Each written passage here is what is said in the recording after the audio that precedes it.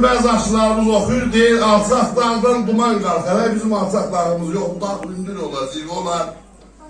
Bizim bu iş yerində məlumat vermişəm.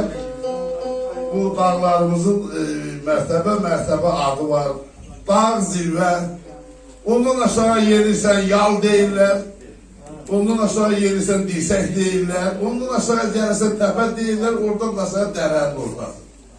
Bu dağ, balaca dağ harada qaldı biz görmək. Dağ hündür olar, zirvə olar. Alçaq yerdən duman qalxar, dağı dolana dolana. Göğüzünü bulud alar, mahı dolana dolana. Kimi ağaç, kimi nöşər olan cəfa çəkər. Bülbül ağlar, qan yaş tökər, bağı dolana dolana.